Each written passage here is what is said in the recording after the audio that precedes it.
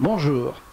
Voilà, nous sommes à Dax, où nous sommes invités par le cercle Frédéric Bastiat au Week-end de la Liberté. Cette manifestation est organisée par le président du cercle qui s'appelle Patrick de Casanova, dont je vous parle souvent, et qui est avec moi maintenant, donc je vous le présente. Bonjour Patrick. Bonjour Henri. Donc nous allons parler d'abord de ce que tu as développé pendant ce colloque, qui est ta passion en même temps que ta profession, et ensuite nous parlerons de la manifestation elle-même, puisque tu es le dernier à passer dans les interviews, et puis qu'aujourd'hui la manifestation se termine. Alors commençons par le début, c'est-à-dire par ton colloque. Donc je rappelle à ceux qui ne le savent pas que tu es donc médecin généraliste à Bayonne, que tu es très engagé dans la libéralisation de ce secteur, la santé, que tu considères comme étant pris en otage par un monopole qui nuit d'une part aux consommateurs, c'est-à-dire aux malades que nous sommes, aux malades potentiels que nous sommes, et d'autre part aux professions de santé, contrairement à ce que la légende transporte, et tu as des arguments très percutants pour ébranler cette légende. Alors, commençons par le commencement. Cette sécurité sociale, qu'en est-il? Comment est-elle arrivée sur notre dos? La sécurité sociale est née après la libération en 1945, quand le Conseil national de la résistance, qui était composé des gaullistes et des communistes, avait pour en charge de remettre le pays en marche. À l'époque, le pays a été complètement détruit et objectivement, on peut penser que le système était relativement ouvert, les choix étaient relativement ouverts, et l'on pouvait partir sur des structures différentes. Par exemple, avant la sécurité sociale, avant la dernière guerre mondiale, il existait déjà des solidarités familiales, il existait déjà des sociétés de secours mutuels, il existait déjà des assurances, ce qui fait qu'une partie de la population était déjà couverte. Donc il y avait quand même un terreau, on va dire, fertile. Mais ce qui s'est passé, c'est que le Conseil national de la résistance était composé de gaullistes et de communistes qui sont des étatistes. Donc les étatistes, quand ils sont arrivés au pouvoir en 1945, quand ils ont voulu remettre le pays en marche, ils ont choisi une solution étatique et ils ont commencé par remettre en marche, par remettre l'État en place. Ils ont remis l'État en place et ils ont assis leur pouvoir sur la population parce que ils avaient choisi une logique collectiviste. Alors ce n'est pas forcément un hasard, parce que les gaullistes, par exemple, ont été réfugiés à Londres, et Londres est la patrie de l'Angleterre et la patrie de Beveridge. Beveridge est le père de la sécurité sociale anglaise. C'est lui qui avait proposé que l'État prenne en charge et offre aux citoyens une sécurité sociale assez complète sur la maladie, la retraite, le chômage, etc. Donc il y avait une imprégnation étatique. Donc tu es en train de me dire que le monopole de la sécurité sociale n'est pas la résultante d'une prise de pouvoir par un système qui, devenant de plus en plus conséquent, prend le pouvoir et devient un monopole, mais c'est un choix initial, c'est-à-dire c'est une petite chose qui, au moment de sa création, quand elle était rien, aurait pu être créée différemment et a été créée comme ça, quelque part un peu, presque je dirais, c'est pas par hasard, mais il y a une part d'inconnu, et les gens qui ont créé ça ont donné jour à un monstre sans prendre conscience sans doute de ce monstre qu'ils allaient mettre en place. Alors sans prendre conscience, je ne sais pas, mais c'était un choix délibéré. Oui. À partir du moment où ils ont choisi de mettre en place un système collectiviste et un monopole collectif d'assurance sociale, c'est un choix délibéré. Et comme l'État est une organisation qui s'étend sans cesse, sans limite, et parce qu'il a besoin, pour pouvoir fonctionner, de s'étendre et de contrôler davantage de plus en plus de population, la prise de contrôle de la protection sociale était un outil extraordinaire entre les mains étatistes. Oui. Parce que quand on s'empare des soins aux personnes, et quand on s'empare de la retraite des personnes, on s'empare de leur avenir, de leur santé. Et quand ils sont faibles, affaiblis par la maladie ou affaiblis par l'âge et qu'ils doivent se retirer, ils sont à votre merci. Ils dépendent de l'État. Donc pour moi c'est un choix délibéré. Ça a été un mauvais choix, mais on ne peut pas dire, je pense que c'est un choix délibéré. Le dernier coup, c'était quand même extrêmement aventureux. C'était de se dire qu'il mettait en place un système qui était complètement différent de ceux qui existaient déjà, qui avait été, par exemple, par quelqu'un comme Frédéric Bastiat, annoncé comme dangereux, qui quand même, parce qu'il ne faut quand même pas se tromper, qui depuis 1918 avait fait des dégâts énormes, parce que quand même le collectivisme en 1945, Staline, il y a longtemps qu'il avait tué beaucoup de monde. Hein. Ouais. Donc tout ça, ils ont pris donc un risque dont ils sont responsables et qui était grave et qui nous emmène donc aujourd'hui à cette espèce de monstre incontrôlable, incontrôlé, dont tu vas nous parler avec plus de précision. Alors,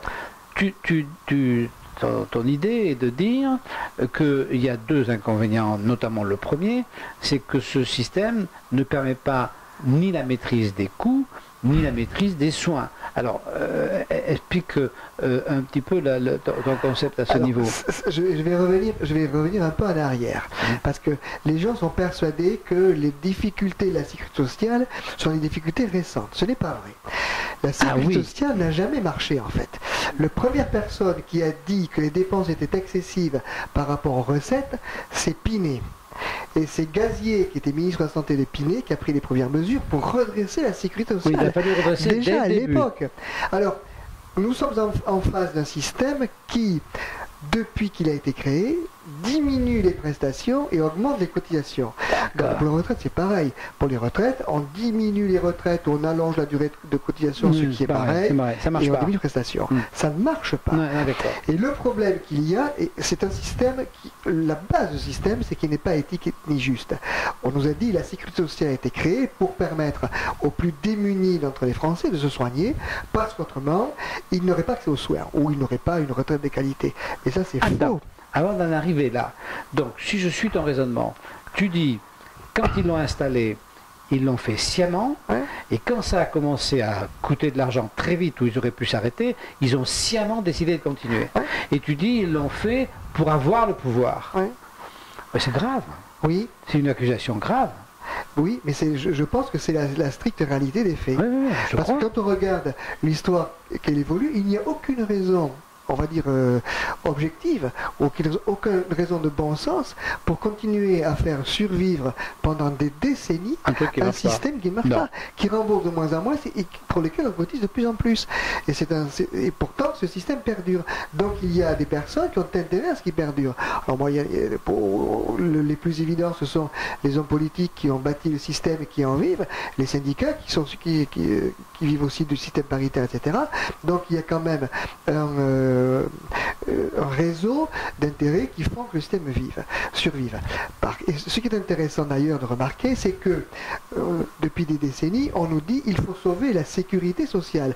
Mais on ne nous dit pas il faut mieux soigner les gens. On ne nous dit pas le système ne marche pas, faisons autre chose. Parce qu'après tout, on peut se tromper. Mais tu as raison. Et c'est des gens qui s'aperçoivent eux-mêmes qu'ils sont de moins en moins chônés, parce qu'ils s'en aperçoivent.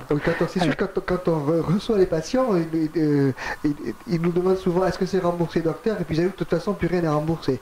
Donc, c'est ça, absolument, ils sont désespérés. Il y a encore des choses de rembourser, mais il faut quand même savoir que la sécurité sociale se retire de ce qu'elle appelle le petit risque, qui est de moins en moins petit, pour se concentrer sur ce qu'elle appelle le gros risque, en disant, bon, je ne vais pas vous soigner peut-être telle pathologie parce que je la considère peu grave, moi la sécu, et par contre je vais vous rembourser le jour où vous aurez un gros pépin.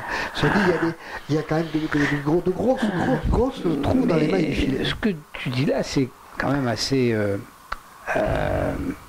révolutionnaire, parce que même les gens qui se battent contre le RSI, même les gens qui se battent, qui réclament de moins payer, d'être un peu plus libre, ils vont pas jusqu'au point de décortiquer comme tu le fais, de dire non mais il y a une vraie volonté de libérer. Et ce que je trouve très important quand dans ta réflexion, c'est quand tu dis mais quand un homme politique apparaît à la télévision pour parler de la sécurité sociale, il dit pas bon comment on pourrait faire pour mieux vous soigner.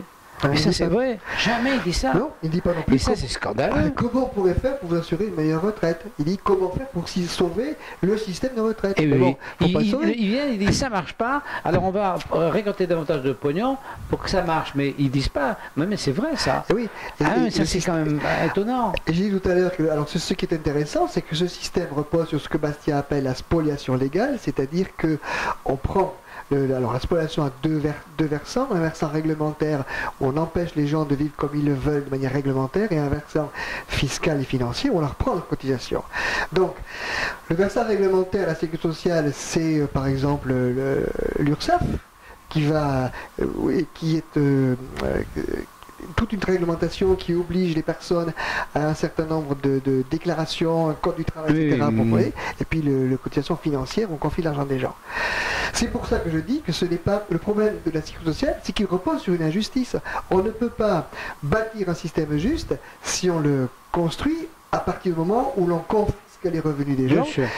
C'est ce que Bastien appelle la spoliation légale. Quand on le confisque légalement, ça s'appelle une spoliation légale. Et ça ne marche pas mieux. Un système injuste ne marche pas. Alors, où tu as une explication aussi qui est très intéressante, c'est sûr, parce que, évidemment, pour que ça marche, il faut quand même qu'il y ait une espèce d'accord global, sinon les gens iraient dans la rue avec des fusils. Hein. Bon, alors, comment est estorqué cet accord global? D'une part, comment il est estorqué auprès des adhérents? Alors, tu dis, on leur annonce que sans nous, les pauvres ne seront pas soignés. Premier point. Et deuxième point, tu développeras les deux trucs, mais deuxième point, aux professions de santé, on dit, sans nous, vous n'êtes pas capable de gagner votre vie. En fait, c'est les deux pivots à qui on ment. Alors, le premier, sans nous, les pauvres ne seront pas soignés. Alors ça, c'est l'alibi. C'est-à-dire que l'alibi officiel, c'est donc que tout le monde puisse se soigner, et en particulier que les personnes démunies, que les pauvres, puissent avoir accès aux soins, parce que dans un système capitaliste, libéral, de jungle sauvage, où il n'y a que des méchants qui veulent tomber sur le rable des gentils ou des autres, on se retrouve dans un système où les pauvres sont de plus en plus pauvres et ne peuvent pas soigner parce qu'ils n'ont pas les ressources, parce que ceci et parce que cela. Alors ce n'est pas vrai, parce qu'on constate que dans un système où règne la liberté économique, la prospérité règne. Il y a moins de pauvres, il y a moins de chômage, etc. Donc, l'autre chose qu'il faut voir, c'est que, un, il y a moins de pauvres, deux, être pauvre n'empêche pas qu'on puisse faire des choix et se soigner. Donc on pourrait parfaitement mettre en place un autre système qui pourrait être par exemple un chèque santé qui permettrait aux personnes les plus démunies de manière transitoire. Par exemple, une société libre, on a des accidents de la vie. Tantôt ça va bien, tantôt ça va mal. Donc quand ça va mal, on aide les gens, c'est normal. Donc, on met en place un chèque santé, et avec ce chèque santé, cette personne peut choisir. Elle peut choisir la manière dont elle veut se faire soigner et dont elle sera prise en charge. Elle peut choisir une assurance, mais pour pouvoir être couverte en cas de besoin. Parce que le fait d'être pauvre ne veut pas dire qu'on ne peut pas choisir et qu'on n'a pas les capacités intellectuelles de choisir. Abruti, bien sûr. Penser que les gens, alors la sécurité sociale base sur, en disant les Français sont incapables d'assurer pour leur retraite ou leur santé, et les pauvres ne peuvent pas s'assurer pour leur retraite ou leur santé, je pense que c'est une insulte à l'intelligence humaine. Et la deuxième insulte, c'est que le coût de cette sécurité sociale qui est exorbitant participe à la paupérisation. Donc, ça participe aux difficultés d'embauche, ça participe à la paupérisation et ça a la prétention de soigner les pauvres, que ça fabrique. C'est quand même, tu sais, c'est l'élevage de chats qui mange avec les souris, etc. etc. Oui. Alors, donc c'est absurde. Excuse-moi, tu dis que c'est un système qui est coûteux, et en fait, c'est pire que ça. Je pense que c'est un système dans lequel personne ne sait ce que ça coûte, et personne ne sait si le service est rendu au juste coût. Pour une raison très simple, ce ne sont pas des prix.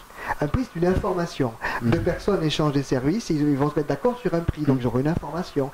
Et si quelqu'un à côté veut entrer en concurrence ou échanger un service, il va se rediscuter sur une base de prix. Et l'échange libre, c'est ça qui forme un prix, qui donne une information. Là, il n'y a pas de prix, il n'y a pas d'information. Il y a des politiciens, grande masse de politiciens, c'est-à-dire des syndicats, etc., qui vont dire, bon, le prix de tel acte, c'est ça, le prix de tel acte, c'est ça. Il y a plus de 8000 actes codifiés. Voilà, c'est gigantesque. Et tout est carré. Mais ça n'a rien à voir avec un prix.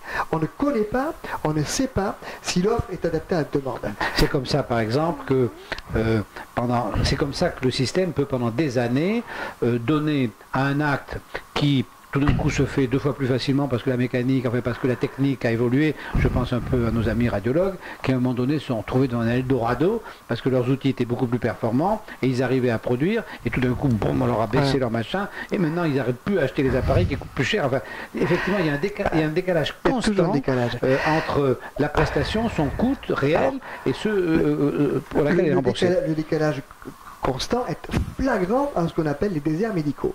Alors, les déserts médicaux, actuellement, les politiciens, Marisol Touraine, veulent lutter contre les déserts médicaux. La nouvelle convention qui a été votée, qui a été signée en 2016, il y a des paragraphes sur les déserts médicaux.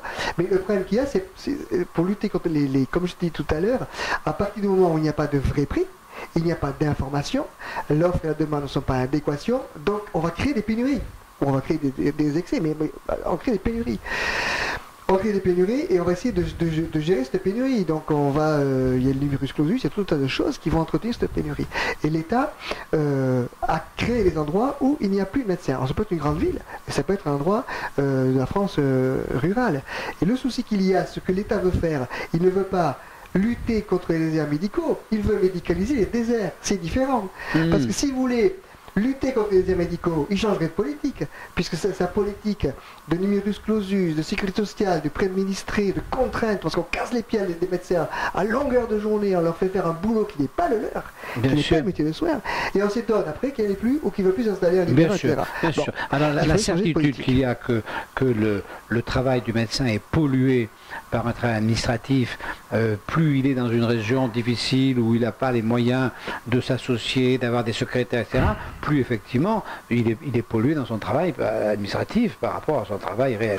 Ça c'est sûr. Et alors, donc, moi j'ai bien compris le fait de la Libye du pauvre est une escroquerie, ça je suis convaincu.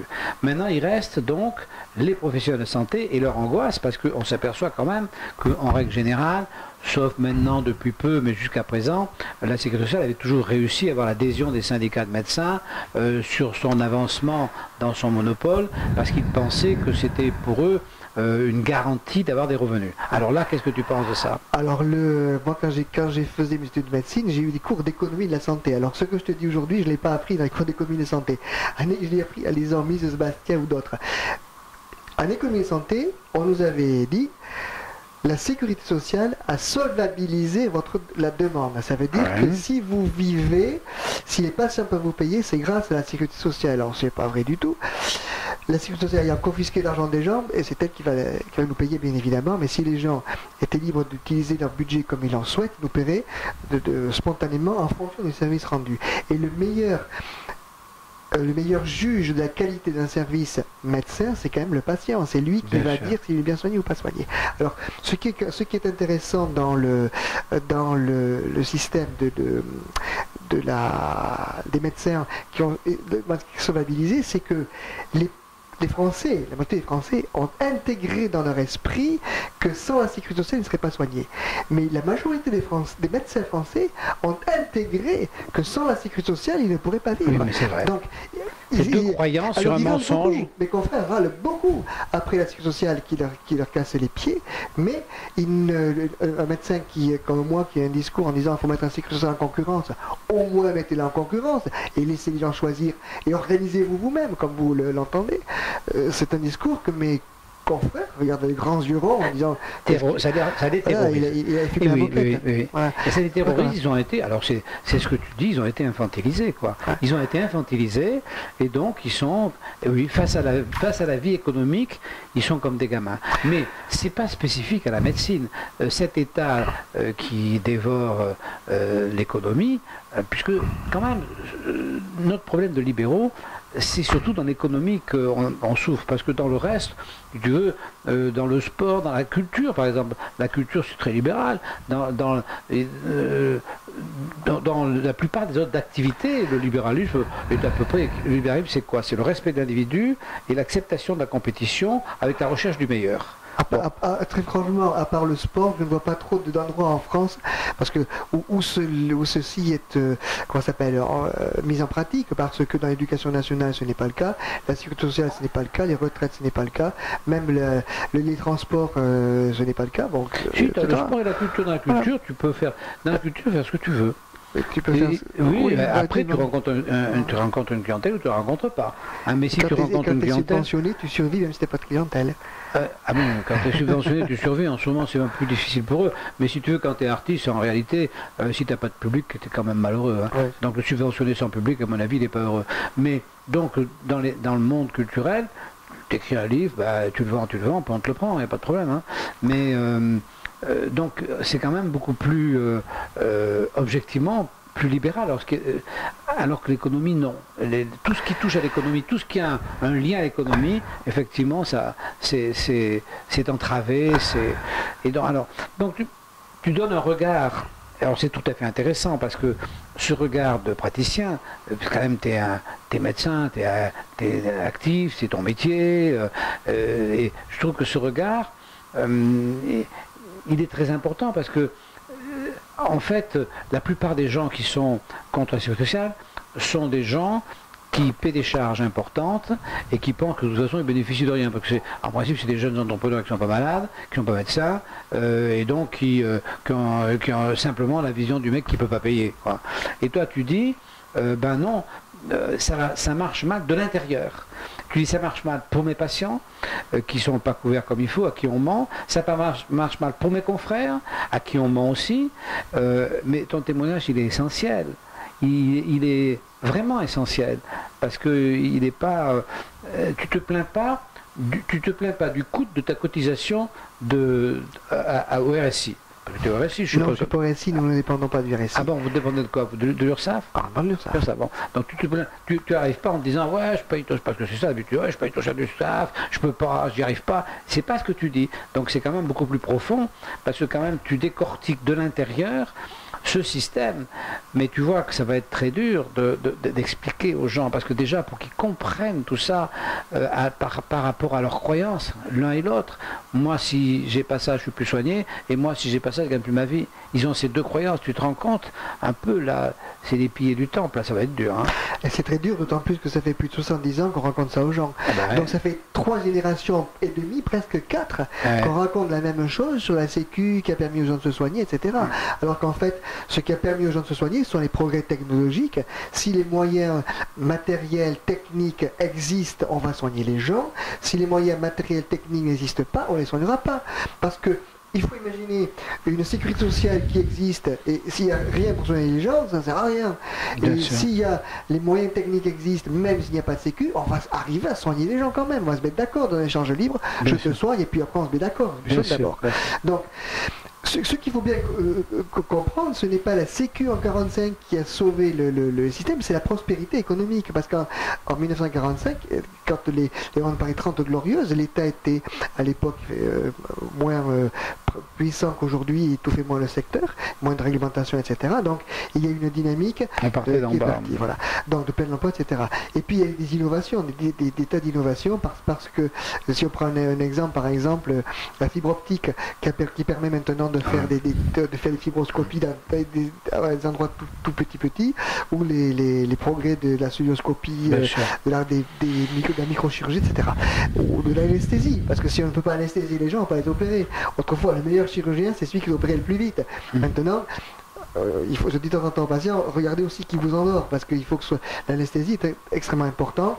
On a fait d'énormes progrès et on peut faire des opérations très très complexes. Les progrès de l'anesthésie ont entraîné les progrès des opérations, les progrès de la fibre optique ont entraîné les progrès des soins, etc., etc.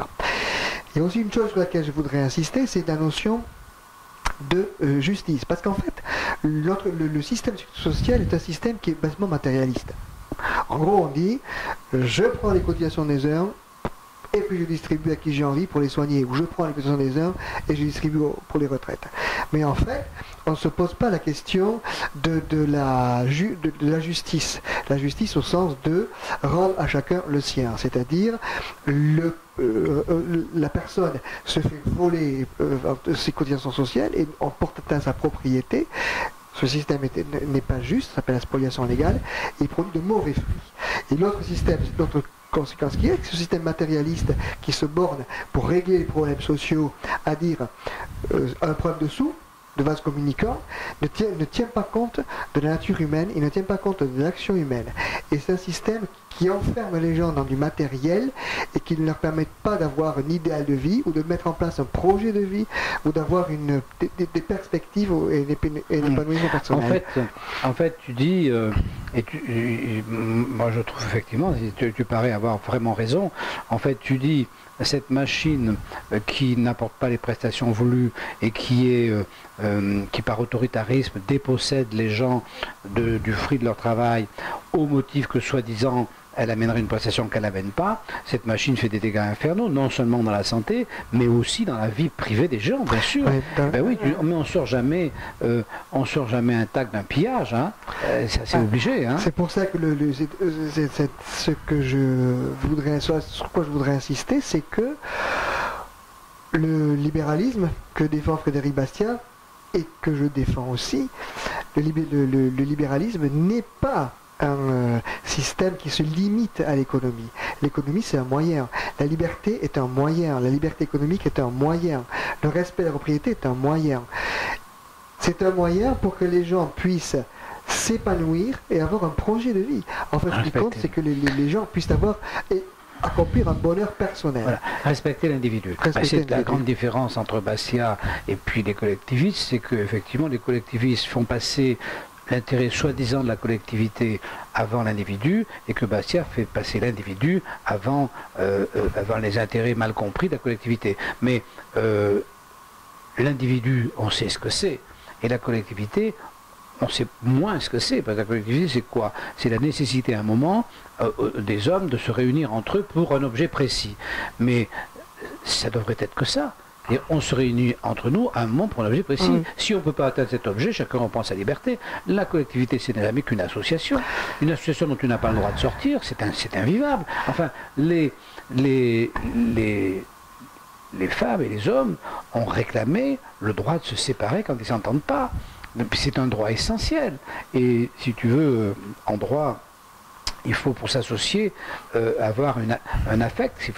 Sinon, une société n'existe pas s'il n'y a pas d'affect entre associés. Et là, on nous demande d'être associés dans une aventure de soins dans laquelle il n'y a pas d'affect. Hein, alors, oui, mais on nous demande d'être associés parce que si jamais, comme c'est un monopole d'État avec une répartition du fruit de la spoliation légale entre au profit des personnes que l'État a décidé de soigner ou que l'État a décidé d'accorder une retraite, si ce système, si l'État laisse sortir des gens, le système s'effondre.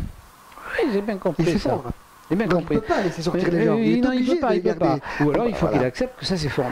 C'est ce qui s'est passé quand l'État a accepté la fin de l'ORTF, quand l'État a accepté la fin de la poste, la fin de la téléphone. Alors, effectivement, ils ne se sont pas effondrés parce qu'ils avaient déjà une place, mais la place qu'ils avaient s'est énormément diminuée. Moi, je crois qu'on pourrait donner comme exemple à ceux qui ont peur de la liberté. Moi, j'ai connu la censure. Alors, quand il y avait la censure, le mieux qu'on voyait au cinéma, c'était les charlots. Hein, tu vas aller au cinéma, c'était des navets sur navets. Bon, la censure a été supprimée. On a eu 3 ans de pornographie, puis après ça a disparu. Et puis après, maintenant tu vas au cinéma, tu as au moins un film sur 2 qui est intéressant. Et c'est pareil avec la littérature. Avant la censure, avec la censure, tu lisais des navets. Maintenant, tu lis ce que les gens ont envie d'écrire. C'est un peu plus tonique, mais il y a beaucoup de livres intéressants. Donc, la suppression de la censure qui était censée protéger les pauvres d'esprit, pas les pauvres du porte-monnaie, mais les pauvres d'esprit, c'était censé, ça protégeait rien du tout. Et puis finalement, ça foutait en l'air tout le système. Donc on peut penser que je suis entièrement d'accord pour adhérer à l'idée que la liberté dans la santé aurait probablement les mêmes effets que la liberté partout. Et là, en ça, je te suis. Et en plus, je trouve que les arguments que tu développes de l'intérieur, sont vraiment des bons arguments. Hein. Ça fait réfléchir. Hein. Ça fait réfléchir tout ce que tu sais, tout ce que tu dis sur ce sujet, parce que le vrai problème que rencontre un homme comme Reichmann, que par ailleurs j'adore parce que c'est un personnage exceptionnel, d'une qualité exceptionnelle, le vrai problème qu'il rencontre, qui est le même que le mien, hein, et bien t'es plus malin que nous parce que toi tu n'as pas ce problème, mais le même problème que moi, c'est que les gens viennent chez nous, la plupart du temps, en situation de mauvais payeur. Donc c'est trop tard. Et d'ailleurs, si tu veux, je pense que tu ne peux être légitime quand tu rouspètes après un système que quand tu l'as quand même payé. Parce que sinon, c'est facile de dire oui, mais c'est parce qu'il n'a pas payé. Tu vois, l'URSSAF dit les libérés de la Sécu, c'est des mecs qui n'ont pas pu payer. Alors attendez, il faut le jour où on voudra, on les fera payer, on va les tuer net. Ce qui, entre nous, je dis, est vrai. Donc si tu veux, toi tu pars d'une démarche purement intellectuel, dans un système dans lequel tu es, tu as payé tes droits, tu as payé tes machins, et tu dis voilà les raisons intellectuelles pour lesquelles ça ne marche pas. C'est beaucoup plus fort. Mais moi, je pense que tu devrais, en dehors de tes activités du cercle Bastia, je pense que c'est un sujet que tu peux prendre à bras le corps, parce que tes arguments sont vraiment bons, hein, et je les trouve vraiment puissants et puis libres. C'est des arguments libres. Tu n'es pas à l'otage de rien, de personne. Et même pas de ces gens qui t'ont pris en otage, mais tu n'es même pas leur otage. Bon, alors on est convaincu, on va reparler de ça, parce que c'est intéressant. Alors on dit deux mots quand même sur cette manifestation que tu organises tous les ans, qui est une manifestation objectivement d'un grand intérêt. Je vous conseille d'aller sur Facebook, de regarder le cercle, enfin la page Facebook du cercle Frédéric Bastiat. Vous aurez d'ailleurs beaucoup d'informations, notamment des informations sur tout ce que Patrick et son équipe réalisent. Je vous conseille fortement, surtout si vous êtes un peu jeune, si vous avez une trentaine d'années, de venir l'année prochaine parce que vous y prendrez d'abord beaucoup de plaisir intellectuel. Les intervenants sont de très bonne qualité, la salle est excellente, les gens sont gentils, il y a des repas collectifs où les gens, on tombe toujours à côté de quelqu'un de gentil. C'est la deuxième fois que je suis tombé, j'ai jamais été à la même table, je suis tombé sur des gens adorables. Et donc, à ceux qui ont 30 ans, comme mes enfants, je dis au lieu de rêver de partir, de quitter la France, venez d'abord à Dax. Et vous verrez que tous unis, on peut changer le système, on peut se battre. De toute façon, en plus, on se bat contre des gens qui sont moitié claquants, parce que le système collectiviste, il va s'effondrer quand même. Hein. Donc ça vaut la peine. Donc je vous conseille vraiment, personnellement, bon, évidemment, là c'est moi qui parle, c'est moi qui te fais des félicitations, je ne peux pas te les faire toi, tu veux bien que ce soit moi qui les fasse. Donc, voilà.